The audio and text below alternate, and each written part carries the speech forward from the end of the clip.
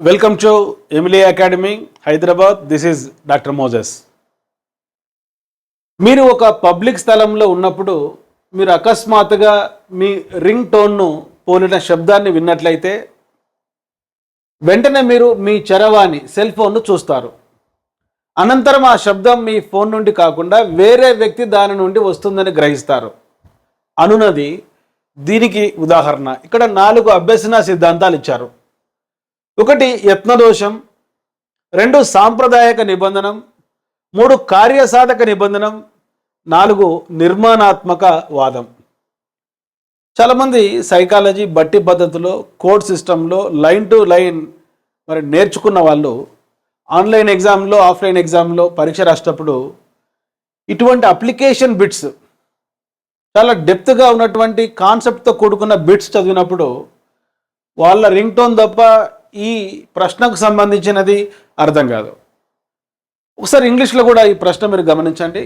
When you are in a public place you suddenly hear a ringtone which is same as yours and instinctively you reach to your smartphone only to realise that the sound is coming from someone else and not yours. This is an example for trial and error, classical conditioning, operant conditioning, constructivism. Trial and error యత్నదోష అభ్యసన సిద్ధాంతం. ఈ సిద్ధాంతాన్ని ప్రతిపాదించినది థార్ండైక్. రెండవది classical conditioning. ఈ సిద్ధాంతాన్ని ప్రతిపాదించినది Ivan Pavlov. Operant conditioning Skinner. And constructivism, ఇక్కడ ఇద్దరున్నారు కన్స్ట్రక్టివిజం సంబంధించి, ఒకరు పియాజే, ఇంకొకరు వైగాట్స్కి. వైగాట్స్కి ప్రతిపాదించిన constructivism socio cultural constructivism, Jean పియాజే ప్రతిపాదించిన కన్స్ట్రక్టివిజం కాగ్నిటివ్ కన్స్ట్రక్టివిజం. ఈ సిద్ధాంతాలపైన అవగాహన ఉన్నవాళ్ళు మాత్రమే ఆన్సర్ చేయడానికి అవకాశం ఉంది. ఒకసారి తెలుగు మీడియం వాళ్ళు ఈ బిట్ గమనించండి. మీ రింగ్ టోన్ను పోలిన శబ్దాన్ని విన్నారు, వెంటనే మీరు ఒక ప్రతిస్పందన చూపారు, ఆ శబ్దం మీ ఫోన్ నుండి వచ్చింది అనుకున్నారు, కానీ అది వేరే వారి ఫోన్ నుంచి వచ్చిందని గ్రహిస్తారు. చాలా సందర్భాలలో మనం పబ్లిక్ ప్లేసెస్లో ఉన్నప్పుడు మన ఫోన్ యొక్క రింగ్ టోన్ను పోలినటువంటి ఒక శబ్దం వస్తే వెంటనే మనం మన ఫోన్ తీసుకోవడానికి ట్రై చేస్తాం. దీనిని మనం సైకాలజీలో ఒక ప్రిన్సిపల్గా, నియమంగా చెప్పుకోవచ్చు. దానినే సామాన్యీకరణం అంటాం. ఈ సామాన్యీకరణం అనేటువంటి నియమం, జనరలైజేషన్ అనేటువంటి ఈ యొక్క నియమం ఏ సిద్ధాంతానికి సంబంధించింది తెలుసుకుంటే ఆన్సర్ చేయొచ్చు.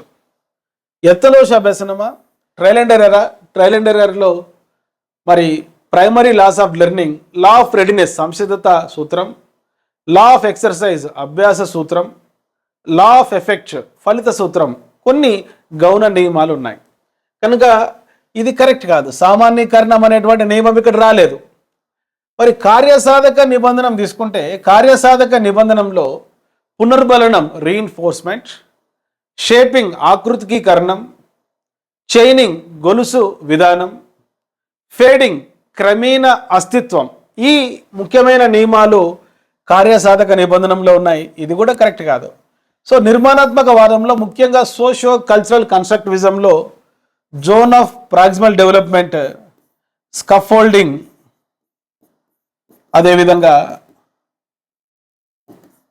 ఎంకేఓ మోర్ నాలెడ్జబుల్ అదర్స్, ఇవి కొన్ని ముఖ్యమైన భావనలు కన్స్ట్రక్టివిజంలో.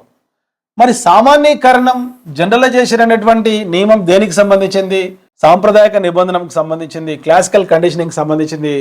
కనుక మీరు ఒక పబ్లిక్ స్థలంలో ఉన్నప్పుడు అకస్మాత్తుగా మీ రింగ్ టోన్ను పోలిన శబ్దాన్ని విన్నట్లయితే వెంటనే మీరు మీ సెల్ ఫోన్ను చూస్తారు. ఈ విధంగా ఒక శబ్దానికి మనం కండిషనింగ్ అయిన తర్వాత, నిబంధన అయిన తర్వాత, ఆ శబ్దాన్ని పోలిన ఇతర శబ్దాలకు కూడా ఒకే విధమైన ప్రతిస్పందన చూపితే దాన్ని సామాన్యీకరణం అంటాడు ఇవాన్ పావ్లో. ఈ సామాన్యీకరణం అనేటువంటి నియమం ఈ సాంప్రదాయక నిబంధన క్లాసికల్ కండిషనింగ్ సంబంధించింది. ఇది కరెక్టా కాదా అని ఒక ప్రయోగం నిర్వహించాడు జేబి వాట్సన్. మీకు తెలుసు జేబి వాట్సన్ అమెరికా దేశానికి చెందినటువంటి ఒక మనోవిజ్ఞాన శాస్త్రవేత్త. ఈయనకుండే ఒక బిరుదు ప్రవర్తనవాద పితామహుడు, ఫాదర్ ఆఫ్ బిహేవియరిజం. ఆల్బర్ట్ అనేటువంటి ఒక బాలుడి పైన ఒక ప్రయోగాన్ని నిర్వహించాడు ఈ యొక్క జేబి వాట్సన్. ఆల్బర్ట్ అనేటువంటి బాలుడికి ఒక నిబంధన భయం, అభ్యస్త భయం ఏర్పడింది. అదేంటంటే తెల్ల ఎలుక అంటే భయపడ్డాడు, వైట్ ర్యాట్. తెల్ల ఎలుకకు భయపడ్డ ఆల్బర్ట్ అనేటువంటి బాలుడు తెల్ల కాగితానికి భయపడ్డాడు, తెల్ల పక్షి ఈకకు భయపడ్డాడు. క్రిస్మస్ టైంలో మనం ఉపయోగించేటువంటి శాంతా క్లాస్ బొమ్మ యొక్క తెల్లటి గడ్డానికి కూడా భయపడ్డాడు. ఇక్కడ తెలుపు అనేటువంటిది ఒక సామాన్యీకరణం చేసుకున్నాడు ఆల్బర్ట్ అనే బాలుడు. మనోవిజ్ఞాన శాస్త్రంలో ఈ భావన ప్రూవ్ చేశాడు జేబి వాట్సన్. ఫిజియాలజీలో శరీర ధర్మశాస్త్రంలో ఇవాన్ పావ్లో ప్రతిపాదించిన సామాన్యీకరణమును సైకాలజీలోకి మళ్లించిన వ్యక్తి ఎవరంటే జేబి వాట్సన్. సామాన్యీకరణం, జనరలైజేషన్. చాలా ఎగ్జాంపుల్ చెప్పుకోవచ్చు. ఒక భార్య తన భర్త బుల్లెట్ హార్న్ కొట్టినప్పుడు ప్రతిరోజు ఇంటి నుంచి బయటికి వస్తుంది. అయితే భర్త బుల్లెట్ బండి హారన్ కాకుండా ఒకరోజు హీరో హోండా మరి బైక్ శబ్దానికి, ఎస్డి బైక్ శబ్దానికి, మరి బజాజ్ బైక్ శబ్దానికి కూడా, హార్న్ శబ్దానికి కూడా బయటకు వస్తుంది భార్య. ఈ ఉదాహరణ దేనికి సంబంధించిందంటే సామాన్యీకరణం. అంటే భర్త బుల్లెట్ బండి హార్న్ శబ్దాన్ని పోలిన ఇతర శబ్దాలకు కూడా స్పందించే భార్యలో నెరవేరిన నియమం పావ్లో ప్రకారం సామాన్యీకరణం. ఒక పిల్లవాడికి నల్ల కుక్క అంటే భయం, బ్లాక్ డాగ్ అంటే. నల్ల కుక్కకు భయపడే బాలుడు నల్ల మేకకు కూడా భయపడితే, నల్ల కోటుకు కూడా భయపడితే, నల్లటి ప్రతి వస్తువుకు భయపడితే అది సామాన్యీకరణం. ఒక విద్యార్థికి మ్యాథమెటిక్స్ టీచర్ అంటే చాలా భయం. మ్యాథ్స్ టీచర్ అంటే భయపడేటువంటి ఒక విద్యార్థి మ్యాథ్స్ టీచర్ వాళ్ళ బ్రదర్ సైన్స్ టీచర్ అంటే కూడా భయపడ్డాడు. ఎందుకంటే ఇద్దరి మధ్యలో పోలికలు ఉన్నాయి. ఇది సామాన్యీకరణం. ఇదే విషయాన్ని ఇవాన్ పావ్లో తన ప్రయోగంలో నిరూపించడం జరిగింది. ఇవాన్ పావ్లో ఆకలిగా ఉన్నటువంటి ఒక కుక్కను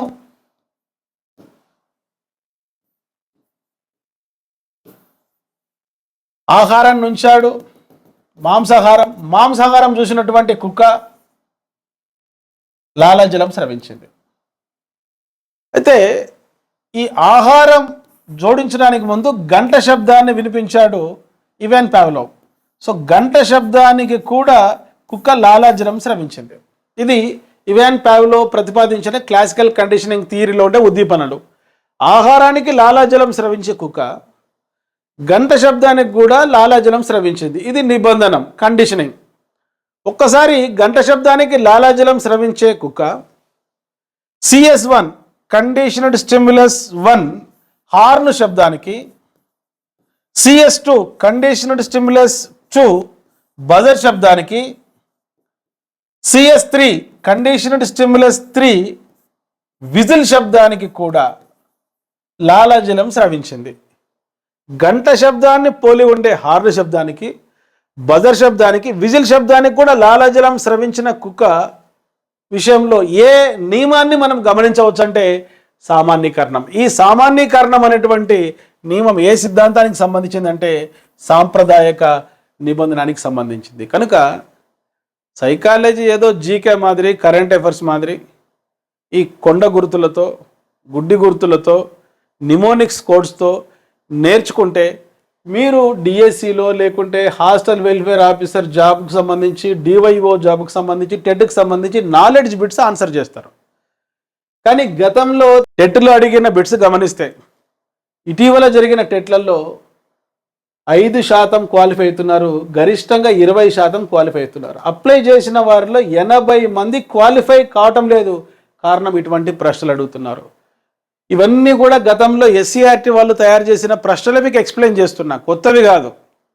కనుక ఎప్పుడైనా బిట్స్ ప్రాక్టీస్ చేసేటప్పుడు ఫుల్ టాస్ ప్రాక్టీస్ చేయరాదు. ఇటువంటి బౌన్సర్స్, అప్లికేషన్ బిట్స్ లాంటి ఇటువంటి బౌన్సర్స్, యార్కర్స్ ప్రాక్టీస్ చేస్తే రేపు ఎగ్జామ్లో మనం ఆత్మవిశ్వాసంతో ఆన్సర్ చేయవచ్చు. కనుక ఇటువంటి కష్టమైన బిట్స్, అప్లికేషన్ బిట్స్కు ఆన్సర్ చేయాలంటే మీరు సైకాలజీ ఏ విధంగా నేర్చుకోవాలి చాలా ఇంపార్టెంట్. మొదట కాన్సెప్ట్ నేర్చుకోవాలి. ఇక్కడ ఒక కాన్సెప్ట్ నేర్పించాలి, సామాన్యీకరణం. ఏదైనా ఒక ఉద్దీపనను పోలిన ఇతర ఉద్దీపనలకు కూడా తొలి ఉద్దీపనకు చూపే ప్రతిస్పందన జీవి చూపిస్తే అది సామాన్యీకరణం, జనరలైజేషన్. ఇక్కడ కూడా జనరల్గా మన రింగ్ టోన్ వచ్చినప్పుడు ఫోన్ పట్టుకోవడానికి ట్రై చేస్తాం. మన రింగ్ టోన్ను పోలిన ఇతర రింగ్ టోన్లకు కూడా, వేరే వారి సెల్ ఫోన్లో వచ్చే రింగ్ టోన్లకు కూడా మనం స్పందిస్తే అది సామాన్యీకరణం. ఇక్కడ కాన్సెప్ట్ నేర్పించిన ఆ సామాన్యీకరణం ఏ సిద్ధాంతానికి సంబంధించిందో కూడా నేను చెప్పాను, సాంప్రదాయక నిబంధన. డియర్ స్టూడెంట్స్, ఒక 10 to 15 మినిట్స్లో చాలా ఇంపార్టెంట్ కాన్సెప్ట్స్, ఒక 2 కాన్సెప్ట్స్ మీరు నేర్చుకున్నారు. ఇటువంటి కాన్సెప్చువల్ లెర్నింగ్ కోసం, ఇటువంటి భావనాత్మక అభ్యసనం కోసం, కాన్సెప్ట్ లెర్నింగ్ కోసం వెంటనే మా YouTube channel doctor Moses Embli subscribe చేసుకోండి. ఈ వీడియో లైక్ చేయండి. చాలామందికి ఈ సైకాలజీ ఎలా చదువుతుంటారంటే, ఇది ఒక ప్రింటెడ్ బుక్ దగ్గర పెట్టుకుంటారు, లేకుంటే వాళ్ళ ఫ్రెండ్ నోట్స్ దగ్గర పెట్టుకుంటారు. మరి అక్కడక్కడ తిరుగుతూ ఎక్కడైతే జిరాక్స్ షాప్లలో ఫోటో కాపీ ఎవరో రాసుకున్న నోట్స్ దగ్గర పెట్టుకొని చదువుతుంటారు.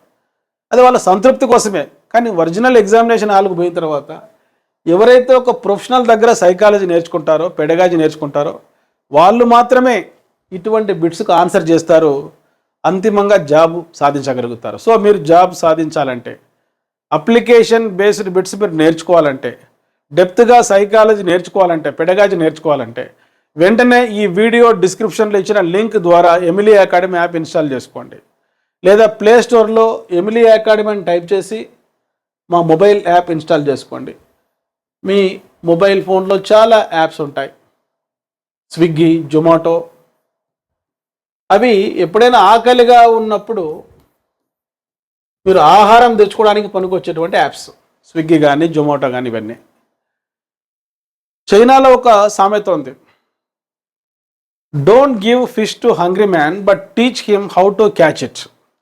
ఆకలిగా ఉన్నవాడికి చేపనివ్వద్దు, చేపను ఎట్లా పట్టుకోవాలో నేర్పించు. కనుక ఈ జొమాటో, స్విగ్గీ ఉంటే ఎప్పుడైతే ఆకలి అవుతుందో అప్పుడు మనం అమౌంట్ పే చేసి ఆహారం తెచ్చుకుంటాం. చాలా జాగ్రత్తగా వినండి. సో జీవితాంతం ఆహారం పెట్టేటువంటి సబ్జెక్టు, జీవితాంతం ఆహారం ఎట్లా పెడుతుంది? ఒకవేళ డిఎస్సిలో నువ్వు టీచర్ జాబ్ సాధిస్తే, హాస్టల్ వెల్ఫేర్ ఆఫీసర్ జాబ్ నువ్వు సాధిస్తే, డివైఓ జాబ్ సాధిస్తే కనిష్టంగా 50,000, గరిష్టంగా ₹1,00,000 శాలరీ నువ్వు సాధించవచ్చు. మరి ఇప్పటి నుంచి నీ సర్వీస్ ఒక 20-30 ఇయర్స్ తర్వాత రిటైర్మెంట్ ఏజ్లో కనీసం 5 నుంచి 7 లక్షల శాలరీ నీకు వస్తుంది. ఒక ప్రైవేట్ సెక్టర్లో అంత శాలరీ నువ్వు రిటైర్ అయినప్పుడు రావచ్చు, రాకపోవచ్చు. కనుక గవర్నమెంట్ జాబ్ నువ్వు సాధిస్తే నీ లైఫ్ మారుతుంది. ప్రతిరోజు నువ్వు ఆ జీతం ద్వారా నీ జీవితానికి సంబంధించిన ఆహారాన్ని మరి సమకూర్చుకోవడానికి అవకాశం ఉంది. కనుక ఎప్పుడైనా ఒకటి గుర్తుపెట్టుకోండి, జాబ్ రావడానికి షార్ట్ కట్స్ ఉండవు. కంటెంట్ నేర్చుకోవాలి. 3 రకాల ప్రశ్నలు మనం ఆన్సర్ చేయడానికి ముందుగానే ప్రిపేర్ కావాలి. Knowledge type questions, understanding type questions, application type questions. Knowledge type questions అంటే ఏమిటి? సాంప్రదాయక నిబంధన సిద్ధాంతాన్ని, క్లాసికల్ కండిషనింగ్ థియరీని ఎవరు ప్రతిపాదించారు? Ivan Pavlov. ఇవాన్ పావ్లోవ్ దేశం ఏమిటి? రష్యా. ఇవాన్ పావ్లోవ్ ఏ జంతువు పైన ప్రయోగం చేశాడు? కుక్క. ఈ బిట్స్ నేర్చుకోవడం కోసమేనా మనం ఆన్లైన్ కోచింగ్ తీసుకునేది? ఈ బిట్స్ నేర్చుకోవడం కోసమేనా ఆఫ్లైన్లో వేలకు వేలు మనం హాస్టల్లో ఉండి కోచింగ్ తీసుకునేది? 5th క్లాస్ స్టూడెంట్ కూడా ఈ బిట్స్కి ఆన్సర్ చెప్తాడు. సాంప్రదాయక నిబంధన సిద్ధాంతం చెప్పింది ఎవరు? పావ్లోవ్. పావ్లోవ్ దేశం ఏది? రష్యా. ఆయన ఏ జంతువు పైన ప్రయోగం చేశాడు? కుక్కనా, ఎలుకనా, చింపాంజా, ఓకే, పావురమా? ఇవి ఆ బిట్స్, ఇవి నాలెడ్జ్ బిట్స్. మరి అండర్స్టాండింగ్ బిట్స్ ఎట్లుంటాయి? ఈ క్రింది వాణిలో ఇవాన్ పావ్లోవ్ చెప్పిన నియమము కానిది. 1 ఫలిత సూత్రం, పునర్బలనం, రీఇన్ఫోర్స్మెంట్, విలుప్తీకరణం, ఎక్స్టింక్షన్, సామాన్యీకరణం. చాలా జాగ్రత్తగా వినండి. పునర్బలనం, రీఇన్ఫోర్స్మెంట్, విలుప్తీకరణం, ఎక్స్టింక్షన్, సామాన్యీకరణం, జనరలైజేషన్, ఫలిత సూత్రం, లా ఆఫ్ ఎఫెక్ట్. అడిగిన ప్రశ్న, సాంప్రదాయక నిబంధనమును ప్రతిపాదించిన పావ్లోవ్ సిద్ధాంతానికి సంబంధించనిది. చూడండి, ఇక్కడ ఎగ్జామ్లో ఈ చాకు, చీకి తేడా తెలియక ఉద్యోగం పోగొట్టుకున్న వాళ్ళు చాలామంది ఉంటారు ఒక్క మార్కుతో. ఇక్కడ అడిగింది సంబంధించినది, అంటే సంబంధించినవి 3 ఉన్నాయి. చెప్పండి ఒకసారి. సైకాలజీ నేర్చుకున్న వాళ్ళు పునర్బలనం, విలుప్తీకరణం, సామాన్యీకరణం ఇవన్నీ కూడా పావ్లో సిద్ధాంతానికి సంబంధించినవి. ఫలిత సూత్రం అనేది తారండైక్ ప్రతిపాదించిన యత్నదోష అభ్యసన సిద్ధాంతానికి సంబంధించింది. ఇది అండర్స్టాండింగ్ టైప్ క్వశ్చన్. మరి అప్లికేషన్ బిట్స్ అంటే ఎట్లుంటాయి సార్? ఇట్లుంటాయి. ఈ బిట్ చదవడానికే 1 మినిట్ పడుతుంది. టెక్స్ట్ బుక్లో యాజ్టీస్గా మనం చదివిన లైన్ మాదిరి ఉండదు. ఇది సైకాలజీలో ఉండే ఒక భావన సామాన్యీకరణమును ఒక నిజ జీవిత సన్నివేశానికి అప్లై చేస్తూ అడుగుతాడు. నాలెడ్జ్ బిట్స్ ఆన్సర్ చేయాలంటే జ్ఞాపక శక్తి బాగుండాలి, మెమరీ పవర్ బాగుండాలి. అందుకే చాలామంది కోడ్ సిస్టంలో సైకాలజీ నేర్చుకుంటుంటారు, only memory based. Understanding bits answer చేయాలంటే అంత ఇంతో ఆలోచన శక్తి ఉండాలి. సో ఈ ఆలోచనలో అత్యున్నత ఆలోచన, వివేచనం, రీజనింగ్ అవసరమయ్యేటువంటివి, విశ్లేషణ అవసరమయ్యేటువంటివి, అనాలిసిస్ రీజనింగ్తో కూడుకున్నటువంటి ఆలోచన అప్లికేషన్ బిట్స్కి అవసరం. ఇప్పుడు మనం అనాలిసిస్ చేసాం, విశ్లేషణ చేసాం ఈ బిట్ను. ఇది ఏ ఎగ్జాంపుల్ దేనికి సంబంధించింది, ఆ నియమం ఏ సిద్ధాంతానికి సంబంధించిందో. సో డియర్ స్టూడెంట్స్, ఈ విధంగా మీరు సైకాలజీ నేర్చుకుంటే తప్పనిసరిగా మీరు జాబ్ సాధించే అవకాశం ఉంది. I wish you all the best.